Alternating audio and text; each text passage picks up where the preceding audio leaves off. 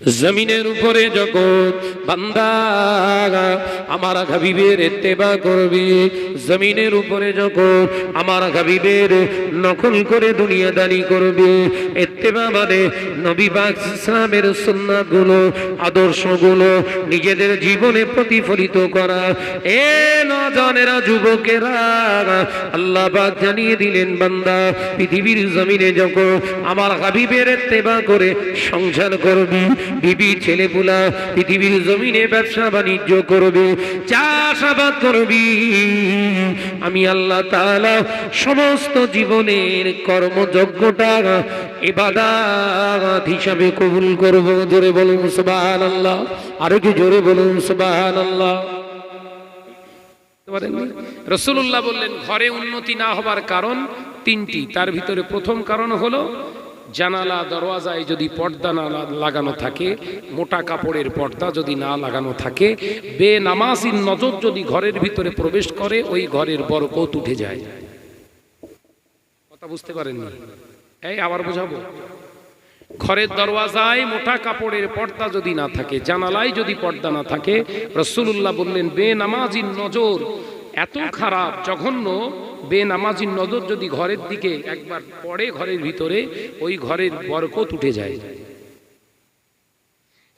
পরীক্ষা করবেন, পরীক্ষা করবেন। একটা গরুর গায়ে পোকা হয়েছে, একটা গরুর গায়ে পোকা হয়েছে, এলাকার 7টা টপ র্যাঙ্কের সুদখোরের নাম একটা কাগজে বাংলায় লিখে ওই গরুর গলায় ওই কাগজটা ধুয়ে পানি একটু ছিটে মারবেন, পোকা সব পড়ে যাবে। সুদখোর। কথা বুঝতে পারোনি? কথা বুঝতে পেরেছেন? অর্থাৎ এত নিকৃষ্ট যারা বেনামাজি এবং সুদখোর, এদের থেকে নিজেদেরকে পরেজ করতে গেলে আপনার ঘরে পর্দার দরকার। রাসূলের সাহাবায়ে কেরামদের জীবনে হয়েছে তো। একজন সাহাবী হুজুর এসে বলছে, ইয়া রাসূলুল্লাহ, হাবিবাল্লাহ, আমি কাজ কারবার করি, টাকা গোছা গোছা 2 হাত দিয়ে ইনকাম করছি, আল্লাহর রহমত, বাড়ি আনি, কিন্তু বাড়ি এসে সেই টাকা 1 সপ্তাহ যায় না, শেষ হয়ে যায়, বাড়িতে কোনো বরকত নাই। ইয়া রাসূলুল্লাহ, হাবিবাল্লাহ, কি করব বলুন? বিশ্বনবী বললেন, বাবা সাহাবী, ঘরে চলে যাও, ঘরের দরওয়াজায় মোটা কাপড়ের পর্দা লাগিয়ে দাও, দরওয়াজা জানালায় পর্দা দিয়ে ঢেকে দাও। সাহাবী হুজুর বললেন, হুজুর কারণ কি? আল্লাহর নবী বললেন, বেনামাজির দৃষ্টি যাচ্ছে, বেনামাজির দৃষ্টি যেখানে পড়ে ওই ঘরে আর বরকত থাকে না। মাথায় ঢোকাতে পেরেছি? ভাইরা, আমার নওজওয়ানেরা, যুবকেরা, ছেলেরা, বাচ্চারা, পর্দানিশিনা মা বোনেরা, কান খুলে শুনে গেদি ও সোনার চাঁদ মানিকেরা, দ্বিতীয় নম্বর কারণ অন্য কোনো কারণ নয়, ঘরে বরকত না হওয়ার কারণ একটাই কারণ। দ্বিতীয় নম্বর হলো ঘরের মহিলারা যদি বেনামাজি, বেপর্দানিশিনা হয়ে যায়, ওই ঘরে আমার আল্লাহর বরকত উঠে যায়। ও কাটালিয়ার নওজওয়ান যুবকেরা, পর্দানিশিনা মা বোনেরা, আলোচনা বোঝার চেষ্টা করো। পর্দানিশিনা ঘর উন্নতি যদি চান, মহিলা সমিতির টাকা লাগবে না, বন্ধন গ্রুপের টাকা লাগবে না। আল্লাহ শুকর করে বলে যায়, আল্লাহর কসম করে বলে যায়, নিজেরা পর্দানিশিনা ঘর আল্লাহ বরকত নাযিল করবে। সেই সাহাবী হুজুর রাসূলুল্লাহর দরবার থেকে গিয়ে বাড়িতে মোটা কাপড়ের পর্দা টাঙিয়ে দিলেন। 1 মাস পরে রাসূলুল্লাহর দরবারে আসছে মিঠাই নিয়ে, গাছের সবথেকে ভালো পাকা খোরমা নিয়ে এসেছে রাসূলুল্লাহর জন্য হাদিয়া। একবার জোরে বলুন। রাসূলুল্লাহ জিজ্ঞাসা করলেন, বাবা সাহাবী, সালাম দিয়েই, কি ব্যাপার, আজকে খুব খোশ মেজাজ মনে হচ্ছে? বললে, ইয়া রাসূলুল্লাহ, হাবিবাল্লাহ, আমার বাড়ির আল্লাহর বরকতের অভাব নাই। একবার জোরে বলুন। তাহলে আমাদের মতো তাবিজ ঝুলিয়েছিল? তাবিজের বিরোধিতা করছি না, ভুল ব্যাখ্যা করবেন না। তাবিজ আপনি নেবেন, কিন্তু রাসূলুল্লাহর দেওয়া সুন্নাতগুলো আগে নিন। কথা বুঝতে পারেননি? আমি যাকে তাবিজ দিয়েছি ওকে বলেই দিয়েছি, পর্দাগুলো আগে টাঙাবি, তারপর তাবিজ হাতে দিবি। কথা বুঝতে পারেন? আজকে সেই নবীর সুন্নাতের তেবা আমাদের কাছ থেকে আলাদা হয়ে গেছে বাবা। তাই ধরে আনুন, ওগুলো নিজের জীবনে প্রতিষ্ঠিত করুন। আজকে ঘরের ছেলেরা অক্লান্ত পরিশ্রম করে খাটাখাটনি করছে, টাকা পয়সা ইনকাম করছে, বরকত নেই, সব ডাক্তারে খাচ্ছে। কথা ঠিক না ভুল? বাড়ির বালা মুসিবত কাটছে না, বাড়ির বালা মুসিবত কেটে যাবে। বিশ্বনবীর হাদিসকে আমল করুন। আল্লাহর নবী বললেন, ঘরের মহিলারা প্রত্যেক দিন একটু একটু করে ঘরে কোরআন তেলাওয়াত করুক, প্রত্যেক দিন একটু একটু করে ঘরে কোরআন তেলাওয়াত করুক, ওরা নামাজি হয়ে যাক। যে ঘরের মহিলারা পর্দানিশিনা কোরআন তেলাওয়াতকারিনী এবং নামাজিনী হয়ে যায়, ওই ঘরের মুসিবত আল্লাহ দূর করে দেয়। একবার জোরে বলুন, একবার জোরে বলতে পারো না? তাবিজ লটকিয়ে যদি মুসিবত দূর হয়ে যেত, তাবিজ লটকিয়ে যদি মুসিবত দূর হয়ে যেত, দুনিয়ার মানুষগুলো আর ডাক্তারি শিখতো না। কথা বুঝতে পেরেছেন ভাইরা? আমার নজনেরা, যুবকেরা, ছেলেরা, বাচ্চারা, পর্দানিশিনা মা বোনেরা, আলোচনা বুঝুন, বোঝার চেষ্টা করো। আল্লাহ নবী তো জানে বাদশাহ হাবিবুল্লাহকে, নবী জনাবে মুহাম্মদুর রাসূলুল্লাহকে সাল্লাল্লাহু আলাইহি ওয়াসাল্লাম পাক জবানে জানিয়ে দিলেন আর একটা বরকত কমে যাবার কারণ, তৃতীয় নম্বর কারণ হলো স্বামী স্ত্রী মেলামেশা, শারীরিক সম্পর্ক, মধুর সম্পর্ক করে ওই নাপাক গায়ে যদি ওই বিছানায় শুয়ে থাকে, ও যদি নামাজ না আদায় করে, ফজর কাজা করে, আমার আল্লাহ সংসারের বরকত উঠিয়ে নেন। সব আলোচনা বিস্তারিত করলেই বলবেন, শাহনাজ ভাই কি উল্টো পাল্টা বলছে রে ভাই। আমি কাহিনী শোনাবো না আপনাদের, হেন কোনো কাহিনী নেই যেটা আপনাদের জীবনে মুখস্থ নেই, কিন্তু যে তথ্যগুলো দিচ্ছি আপনাদের জীবনে জানা ছিল না। কথা ঠিক না ভুল? জোরে বলেন। যে তথ্যগুলো দিচ্ছি, রাসূলুল্লাহ বললেন সন্তান খারাপ হবার কারণ হলো তিনটে। নাম্বার 1, মা বাপ যদি বেয়াদব হয়। নাম্বার 2, মা বাপ যদি বেনামাজি হয়। নাম্বার 3, ওদের মেলামেশার পরে যদি ওরা ফরজ গোসল না আদায় করে, সন্তান খারাপ হবে।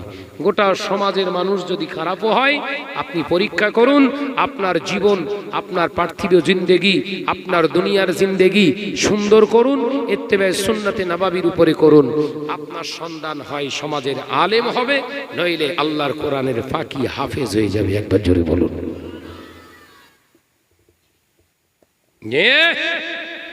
হুজুর এটা তাবিজ দেন আমার সন্তান যেন ভালো হয়। চিন্তা করেন, ফুলকপি বসিয়েছে কে আর কাটবে কে? কথা বুঝতে পারছেন না কেন? আমি কি ভুল বকতিস নাকি? খাটা খাটনি করে চাষা ফুলকপি বসাচ্ছে, আর এখান থেকে হুজুর দোয়া করলে নাকি ফুলকপি বড় হবে। চালাকি খুঁজে পাওনি? হ্যাঁ, বাস্তবায়িত জিন্দেগি তৈরি করুন।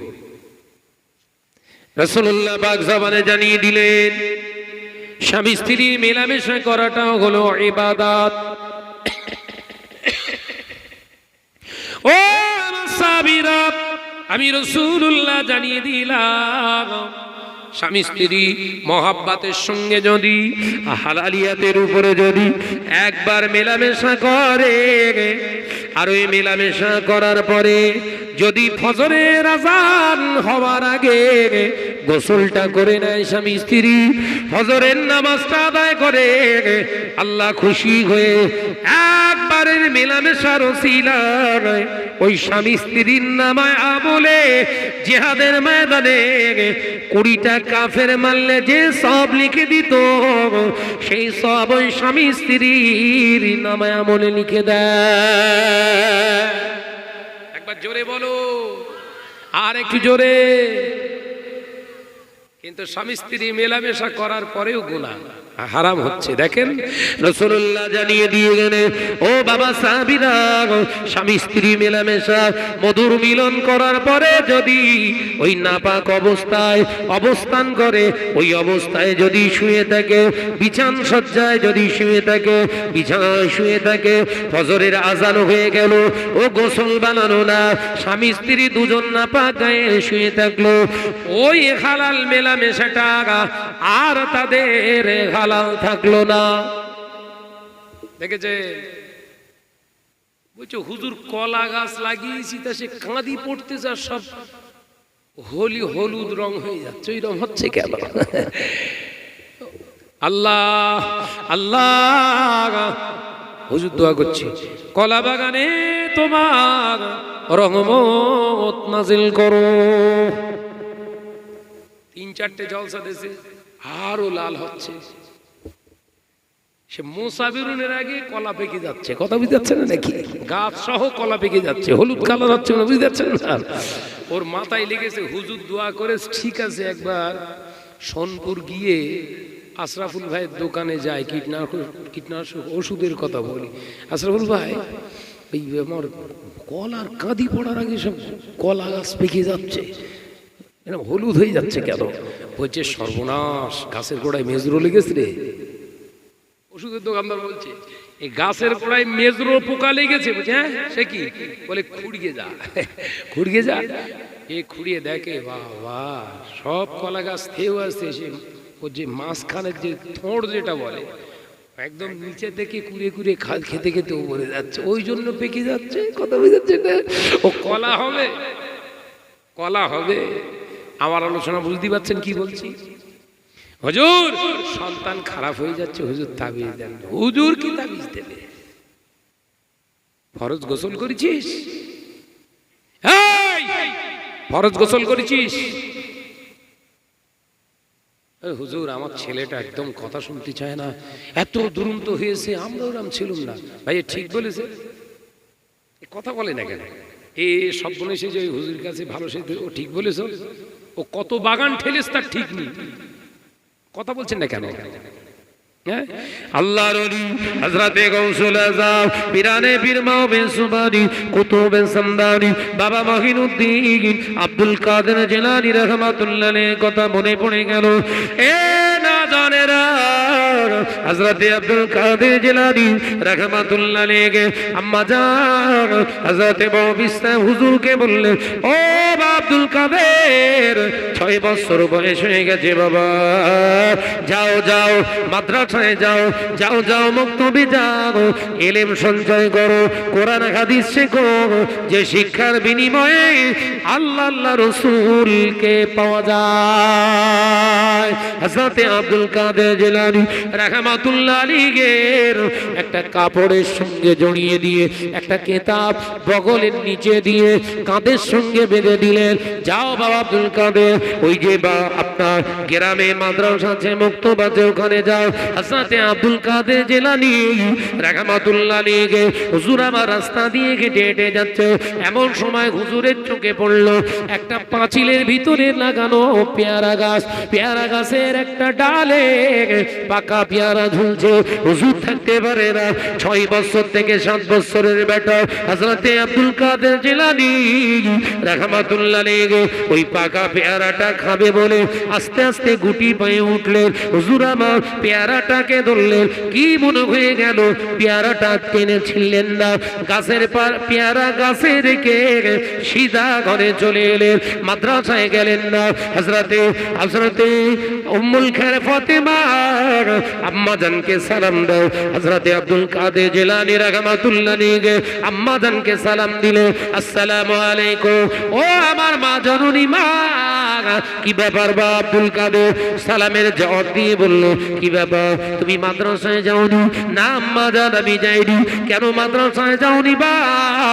আম্মা জান আমি মাদ্রাসায় যাব, অবশ্যই মাদ্রাসায় যাব, কিন্তু আমার একটা প্রশ্ন আছে, প্রশ্নের জবাব যদি আপনি না দেন আমি আব্দুল কাদের কোনোদিন মাদ্রাসায় যাব না। একবার জোরে বলুন না। প্রশ্ন আছে আম্মা। কি প্রশ্ন রে বাবা? কি প্রশ্ন? তাড়াতাড়ি বল, মাদ্রাসা খুলে গেছে। বলে আব্বা আম্মা আমার প্রশ্ন হচ্ছে, বিয়াদবি নেবেন না, আপনি কি কোনো সময় কারুর জিনিস না বলে খাবার ইচ্ছা করে ধরেছিলেন? একবার জোরে বলেন। জোরে বলবেন না? এই জোরে বলছেন না কেন? মুখে ব্যথা, মিষ্টি খেতে মুখে ব্যথা। হ্যাঁ একটু জোরে বলেন না সুবহানাল্লাহ। আম্মা আপনি কি কোনো সময় কারুর খাবার জিনিস খাবার ইচ্ছা প্রকাশ করে খাবারটা ধরেছিলেন, খাননি? আমাদের ফাতেমাগুলো কি বলবে? তো যত বড় মুখ না তত বড় কথা, সব বলেছি তোর মেয়ে পেটিয়ে ফেলবো। আমরা জীবনে কোনোদিন কারোর কাছে আসিনি, তোর মানে সতী। অথচ দেখা যাচ্ছে কত বাগান শেষ হয়ে গেছে। কথা বলছেন না কেন? যে জলসা হয়েছে এখানে, বাজার হচ্ছে ওখানে, বাজার হচ্ছে ওখানে, ওদের গল্প হচ্ছে সেই আমতলায়। ওর পেটে হবে আব্দুল কাদের। হ্যাঁ, চালাকি পেয়েছো? হ্যাঁ, ঘোড়ার পেটে হাতি হবে, হাতির পেটে আপনার ঘোড়া হবে। যে হযরতে গাউসুল আজম আম্মাজানকে প্রশ্ন করেছে, হুজুরের আম্মা মিথ্যা কথা বলতে জানতেন না। একবার জোরে বলুন, জোরে বলেন না। কি ফতেমা ছিল, মিথ্যা কথা বলতে জানতেন না। আর আমাদের ফতেমাগুলো সত্য কথা বলতে জানে না। কথা বলছেন না কেন? জোরে বল না রে বাবা। এরা এই ফোনে কার সঙ্গে কথা বলছি, বলছে ও ফৌতে ভাই ছিল। ফৌতে ভাই, ফৌতে কোন ফৌতে ভাই? সে কার ফৌতে ভাই আল্লাহ জানে। ফেরেশতারাও ঠিক করতে পারতেছেন, এরা আবার ফৌতে ভাই হলো করতে গেলে। সে মেজে ঘষে ফেরেশতারা মাথা ঠুকতেছে, আল্লাহ কি কোথায় পেয়েছে, এসব কি হচ্ছে? এসব ফেরেশতাদের বলছে অত বোঝার দরকার নেই, মুগুর পালিশ কর, ঢুকলি মাস শুরু কর। মিথ্যের ফুলঝুরি, আর ওর পেটে নাকি অলি হবে। হযরতে গাউসুল আজমের আম্মাজান উম্মুল খায়ের ফতেমা মিথ্যা কথা বলতে পারতেন না। একবার জোরে বলুন না, এই ছেলেরা জোরে বলুন। হযরতে আব্দুল কাদের জিলানী রাহমাতুল্লাহ আলাইহির আম্মাজান হযরতে উম্মুল খায়ের ফতেমা, হুজুর আমা বললেন, দাঁড়া বাবা আমি মনে করে দেখি, মনে করে দেখি বাবা। হযরতে আব্দুল কাদের জিলানী রাহমাতুল্লাহ আলাইহির আম্মাজান অনেকক্ষণ মনে করে বললেন, হ্যাঁ বাবা পেয়েছি। ও বাবা আব্দুল কাদের, ঠিকই বলেছো বাবা, ঠিকই বলেছো। তুমি যখন আমার গর্ভে ছিলে, মেয়েদের একটু টক খাবার তখন মন করে। সন্তান পেটে থাকলে একটু টক হলে তাদের সুন্দর ভালো লাগে। ও বাবা আব্দুল কাদের, তুমি যখন আমায় পেটে ছিলে, তোমার দাদিমার তৈরি করা কৌটোর ভিতরে আচার রাখা ছিল। ওই আচার খাওয়ার জন্য আমার মনটা চায়। আমি গিয়ে আচারের কৌটায় হাত দিয়েছিলাম বাবা, খাইনি। আমার মনে পড়েছিল এই আচারের মালিক তো আমি নয়, আমার শাশুড়ি মা। তার বিনা অনুমতিতে এটা খাওয়া যাবে না, এটা খেলে অন্যায় হবে, চুরি করা হবে, আমানতের খেয়ানত করা হবে। বাবা আব্দুল কাদের, আমি আচার খাইনি। ইস্তেগফার পড়তে পড়তে, তওবা পড়তে পড়তে ফিরে এসেছিলাম। আল্লাহ নবী 7 বছর, 6 থেকে 7 বছরের বয়স আব্দুল কাদের জিলানী রাহমাতুল্লাহ আলাইহি পাগলের মতো ছুটে গিয়ে আম্মাজানের গলা দুটো জড়িয়ে ধরলে, গলা জড়িয়ে ধরে 2 গালে চুম্মা দেয়। ঠিক বলেছো মা। আবার চুম্মা দেয়। ঠিক বলেছো মা, আপনি ঠিকই বলেছেন, সত্য কথা বলেছেন। কি করে বুঝলে বাবা তুমি আব্দুল কাদের? হ্যাঁ মা আমি বলছি আপনি ঠিকই বলেছেন, কারণ আপনার আব্দুল কাদের আজকে মাদ্রাসায় যেতে যেতে পরের গাছের পেয়ারার দিকে লোভ গিয়েছিল, পাকা পেয়ারা হাত দিয়েছিল মা, পেয়ারা খায়নি, পেয়ারাটা ছেড়ে দিয়ে পালিয়ে যেতে মা। তোমার চরিত্রের ওসিলায় তোমার আব্দুল কাদের চরিত্রটা আল্লাহ হেফাজত করেছে। জোরে বলেন। তাহলে সন্তান খারাপ হবে কি সমাজের ওসিলায়? ও শয়তানের কথা মানুষের না বলা। যদি কোনো মা কোনো বাপ যদি বলে সমাজ খারাপ হয়ে গেছে, সমাজের পাল্লায় আমার ছেলেটা মেয়েটা নষ্ট হয়ে গেছে, জানবেন ও মানুষ না। হিমসাগর গাছে বা ল্যাংড়া হয়, কথা বলে না কেন? ফুলকপি, ফুলকপি গাছে ওলকপি হয়েছে, এই কপি চাষ নিয়ে বলে, চাষ করে নিয়ে বলা, বল না রে সোনার বাড়ি। ওই ওলকপিতে ফুলকপি হয়, মূলতে কোনোদিন ওই আপনার বিট হয়, আলাকে খুঁজে পাবো। সমাজ খারাপ হয়ে গেছে, সমাজ, সমাজ খারাপ হয়নি। আয়নায় নিজের চুল আঁচড়াস, মুখ টুকগুলো পালিশ করিস, একবার চরিত্রটা দেখ না, একবার চরিত্রটা। আয়নাতে চেহারা না দেখে চরিত্র দেখো। আমি কি ভুল বললাম? আমি কি ভুল বললাম? সন্তান পালন করা, স্বামী স্ত্রীর মেলামেশা, সব হলো আল্লাহর কাছে ইবাদত। শর্ত কুল ইন কুনতুম তুহিব্বুনাল্লাহ ফাত্তাবিউনি ইহবিবকুমুল্লাহ। নবীর ইত্তেবা করতে হবে, তবেই ওলি হতে পারবে। জোরে বলুন। আজ জোরে হবে না, আজ জোরে হবে না। ওরে তোরা শুয়ে বল সব বনেছেরা। সুবহানাল্লাহ। সামনে আসতেস না, ফেরেশতারা বলছে জিন্দাবাদ দে না, তো সাইজ করবো, কবরে ঢোক। জিন্দাবাদ। আমার সোনার চাঁদ মানিকেরা, আলোচনা করতে করতে অনেক দূর এগিয়ে এলাম। আমি আর দেরি করব না, শুধু এতটুকু আপনাদের জানতে, আমি এসে মন ভেঙে গেছিলাম আর যে লোকজন কই না। মাশাআল্লাহ, আপনারা এসে প্যান্ডেলটার ইজ্জত রেখেছেন। কথা ঠিক না ভুল? জোরে বলেন। ইজ্জতের মালিক কে? আল্লাহ। একবার জোরে বলুন আলহামদুলিল্লাহ। আরো জোরে বলি আলহামদুলিল্লাহ। ইত্তেবায়ে সুন্নাতে নববীর উপরে গোটা পরিবারটাকে তৈরি করো, ছেলে মেয়ে বাপ। যুবকেরা, ছেলেরা, বাচ্চারা, পর্দানিশিনা মা ও বোনেরা, আল্লাহ নবী দোজানে বাদশাহ হাবিবুল্লাহ গে, নবী জনাবে মুহাম্মদ রাসূলুল্লাহ গে সাল্লাল্লাহু আলাইহি ওয়াসাল্লাম পাক জবানে জানিয়ে দিলেন, ও আমার সাহাবীরা, ও আমার সাহাবারা, কিয়ামতের পূর্বে 70টা আলামত বহিঃপ্রকাশ হবে।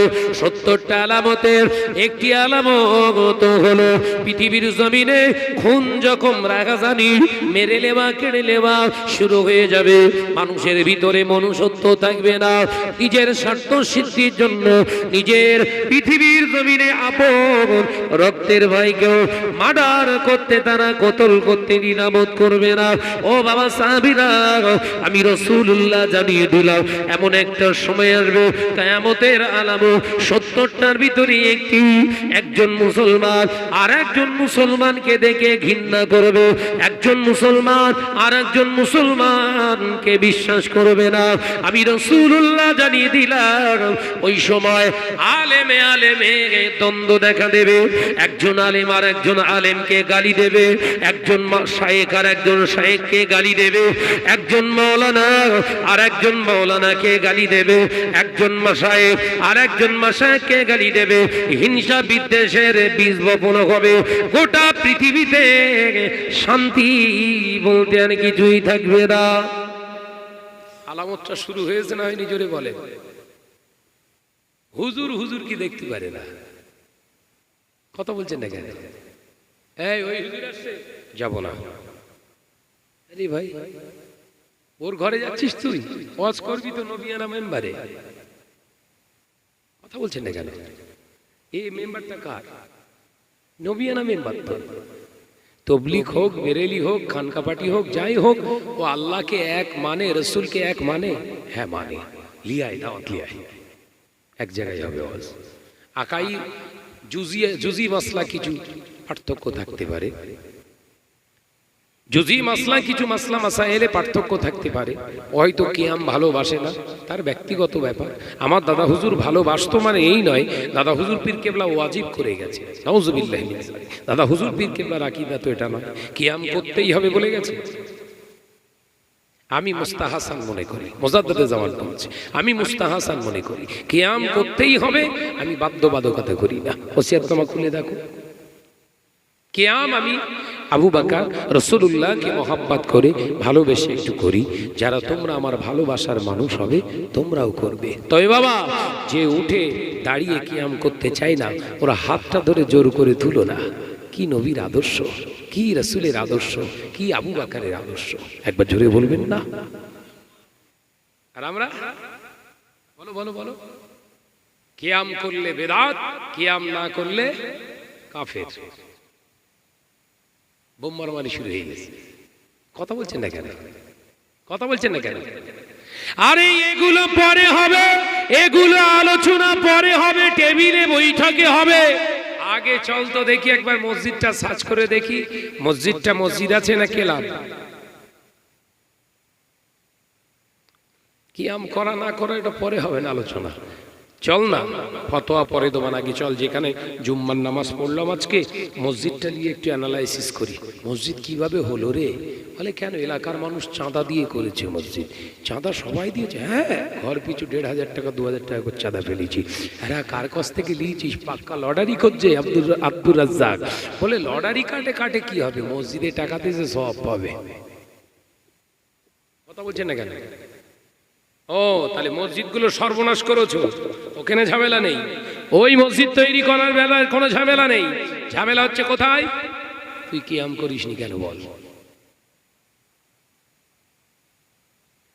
গন্ডগোল বুঝতে পেরেছেন না বোঝাতে পারিনি? মাথায় কি পোকা ঢুকেছে বুঝতে পেরেছেন? মসজিদ ইবাদতের জায়গা, কিয়াম মুস্তাহাসান জিনিস। দাদা হুজুর বললেন দ্বন্দ্ব করবে না, দ্বন্দ্ব করার জায়গা যদি করতে হয় ওইখানটাই দ্বন্দ্ব হবে। কার সঙ্গে? হারাম করে কোনো টাকা যেন মসজিদে না ঢোকে। অ্যাক্টিভ হতে বলছে, ওইখানটাই দ্বন্দ্ব হবে। কার সঙ্গে? হারাম খোরের সঙ্গে হালাল খোরের। খবরদার, সুদ করে লটারি খোরের হাতের টাকা যেন মসজিদের ভিতরে না ঢোকে। ও দিয়েছে 2 লাখ টাকা দিয়েছে, পুরো পাথরের টাকা। মত তাকবীর, নারায়ে তাকবীর, আল্লাহু আকবার। সুদ হালাল হয়ে গেছে। কথা বলছেন না কেন? আপনি জানেন ওই সুদখোরের টাকায় মসজিদ তৈরি করলে ওই মসজিদে সেজদা করা আপনার জন্য হারাম। নাম মসজিদ, নামাজ পড়া হারাম। দ্বন্দ্ব করলে না তো, কই একজনের দিয়ে মাথা ফাটালে না তো, এক ঘরে করলে না তো। দেখেছেন, যেখানে দ্বন্দ্বের দরকার ছিল ওখানে দ্বন্দ্ব নেই, আর যেখানে দ্বন্দ্ব করার কোনো প্রশ্নই আসে না ওখানে দ্বন্দ্ব মানে কি? বোম মারামারি হচ্ছে। এই তো কিছুদিন আগে এর ঘটনা।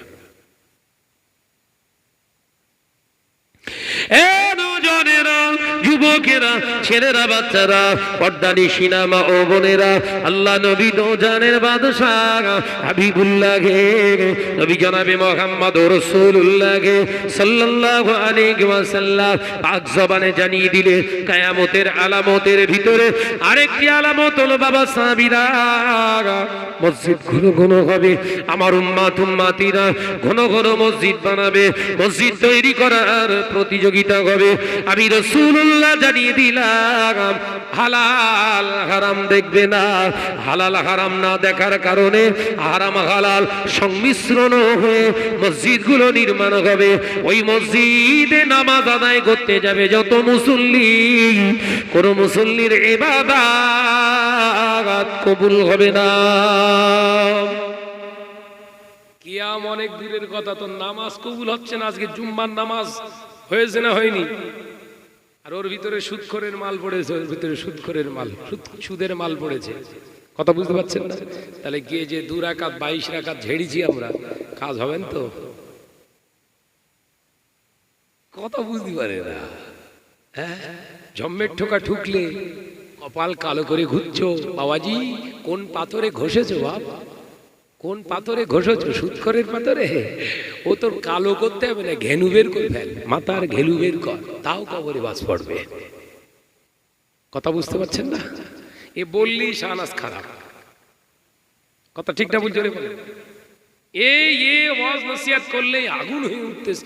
ভাইজান অন্য একটুখানি ওয়াজ করেন না কেন? এই ওয়াজ করতে তোর অসুবিধে কি? আমার জাত আমার কম শেষ হয়ে যাচ্ছে, এই ওয়াজ দরকার। প্রত্যেকটা আলেমের মুখে এই ওয়াজ শুরু হোক। বাদশাহ ঔরঙ্গজেব নাম শুনেছেন? এই শুনেছেন?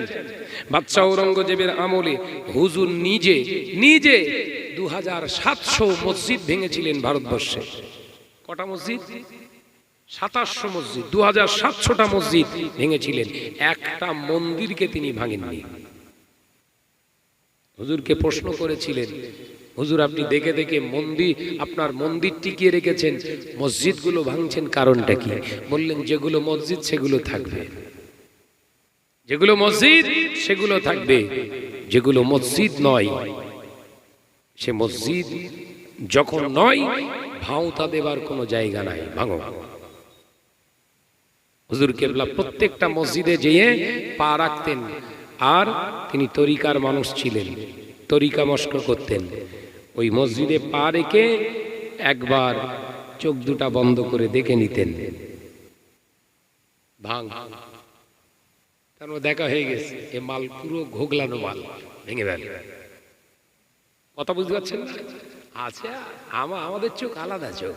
সর্বনাশ, কি করেছিস রে এরা, কি পাথর লাগিয়েছিস, চকমক চকমক করতে যায় একদম। কানা মলি সাহেব, কথা বুঝতে পারছেন না? কানা হুজুর, কিন্তু হাজরাতে ঔরঙ্গজেব রহমাতুল্লাহ আলাইহি মসজিদে পা রেখে আমরা চোখ মেলে দেখি, আর হুজুর চোখ বন্ধ করতেন। এটা থাক, এটা মসজিদ। একবার জোরে বলুন না সুবহানাল্লাহ। এইরকম হুজুর আর একটা হলি মোটামুটি এলাকায় তছনছ করে দেওয়া যাবে মসজিদ ভেঙে। কথা বলছেন না কেন? থাকবে এত ঘন ঘন মসজিদ, সেটা কি কোনো ব্যাপার না। এই তো একটা মসজিদ তৈরি করে, যে যারা মসজিদ কমিটিকে মুতেই পানি নেয় না। আমার মা বোনেরা হাসছে, বাস্তব বলছি তো নাকি? মসজিদের সেক্রেটারি হবে কে? এলাকার টপ র্যাঙ্কের সুদ করছে সেক্রেটারি। মসজিদের প্রেসিডেন্ট হবে কে? দাঁড়িয়ে দাঁড়িয়ে পেশাব করে যে। মসজিদের ক্যাশিয়ার হবে কে? লটারি ঘন ঘন যে কাটে সে। এদের হাতে এখন সব মসজিদ, অধিকাংশ 85%, আমি গবেষণা করে বলছি, অ্যানালাইসিস করে বলছি, 85% বাংলার মসজিদগুলো সব হারাম খদ্দের দখলে। জায়েজ আছে? কই হুজুর এই ওয়াজ করো না, হিম্মত কত, ইমানে পাওয়ার দেখি কত, এই ওয়াজ করো। ওসব ওয়াজ হবে না। কাহিনী ধরতে যে বাবা রে, কেঁদে পাগল হয়ে যাচ্ছে, প্যান্ডেল ফ্যান্ডেল ভিজে পানি পড়তেছে, হুজুরও মার খাবে। কথা বুঝতে পারছেন না? প্যান্ডেলও কিনতে, বুঝতে পারছেন? ওপর থেকে নেহর পড়তে, মানে প্যান্ডেলও কানা শুরু করে। কি ওয়াজ করতেছে রে বাবা। নজনের যুবকেরা, ছেলেরা, বাচ্চারা, পর্দানিশীনা মা বোনেরা, আলোচনা বোঝার চেষ্টা করো।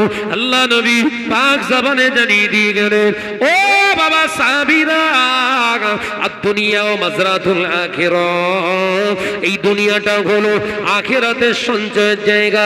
মসজিদ তৈরি করলে সাদকায়ে জারিয়া নয়, মসজিদ তৈরি করলে সওয়াব নয়, মসজিদ তৈরি করলে বিরাটি আপনার সওয়াবের কাজ নয়। আপনাকে শর্ত মেনে মসজিদ বানাতে হবে। কোন মসজিদ যদি হারামের টাকায় হয় সওয়াব নয়। যতদিন ওই ঘরটা থাকবে, ওখানে যারা নামাজ আদায় করবে, ওদের নামাজ কবুল না হওয়ার গুনাহ মসজিদ যারা তৈরি করেছিল তাদের নামায় আমলে লেখা হবে। কথা বুঝতে পারেননি? মসজিদ তৈরি করা সওয়াব, আমি শাহনাজ বলে যাচ্ছি, মসজিদ তৈরি করা গুনাহ। এবার যদি মনে করেন কেউ আমার সঙ্গে বসবেন, কোনো মৌলভী সাহেব বসতে বলবেন, কথা বুঝতে পারছেন না? মসজিদ তৈরি করলি সওয়াব।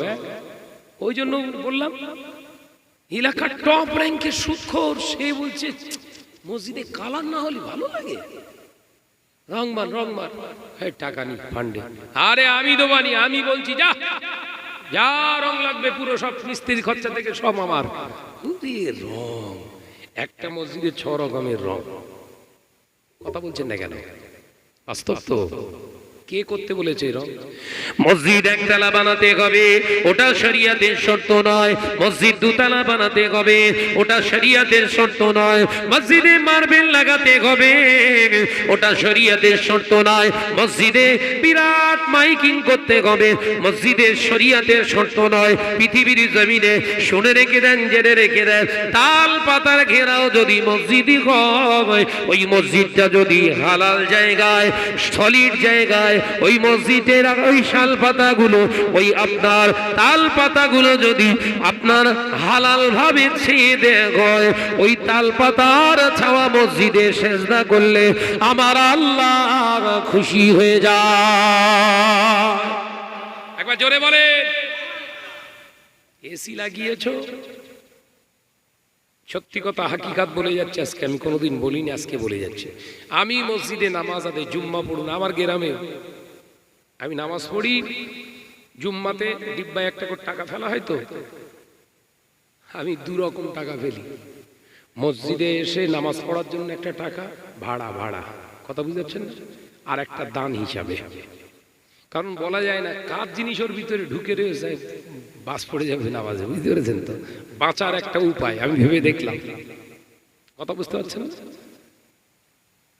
30 টাকা যদি 30 টাকা যদি পকেট থেকে বার করে ডিব্বায় ফেলি, নিয়ত থাকে আজকে জুম্মার নামাজ পড়তে এসেছি, তার বিনিময়ে 10 টাকা আর 20 টাকা আল্লাহর রাস্তায়।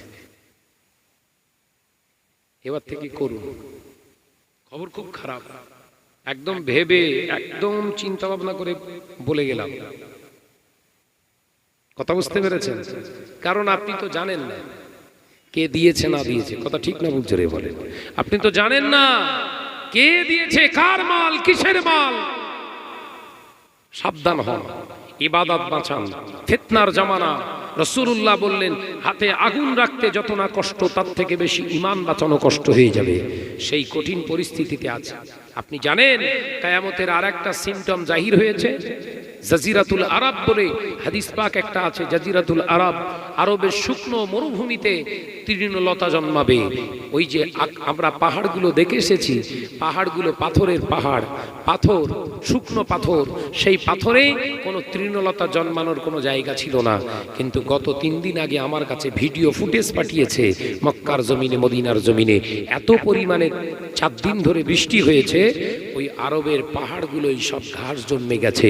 রাসূলুল্লাহ বললেন যেদিন জাজিরাতুল আরবের বহিঃপ্রকাশ হবে, কিয়ামতের জন্য তোমরা অপেক্ষা করো। আরব দুনিয়ায় শুরু হয়ে গেছে, গোটা আরব বিশ্ব থরথর করে কাঁপছে, গোটা আরব বিশ্ব থরথর করে কাঁপছে যে আমরা সত্যি জঘন্য চরিত্রের মানুষ হয়ে গেছি। হ্যাঁ, আমার কথা যদি বিশ্বাস না হয়, আমার কাছে ভিডিও ফুটেজ আছে, দেখবেন। আমার ভালোবাসার মানুষ মক্কা শরীফেও আছে, মদিনা শরীফেও আছে, তারা কাজ করে ওখানে। এই জলসা মাহফিল করি, প্রত্যেক দিন লাইভ চলে, এই লাইভ তারা ওখানে বসে বসে দেখে, ওয়াজ শোনে।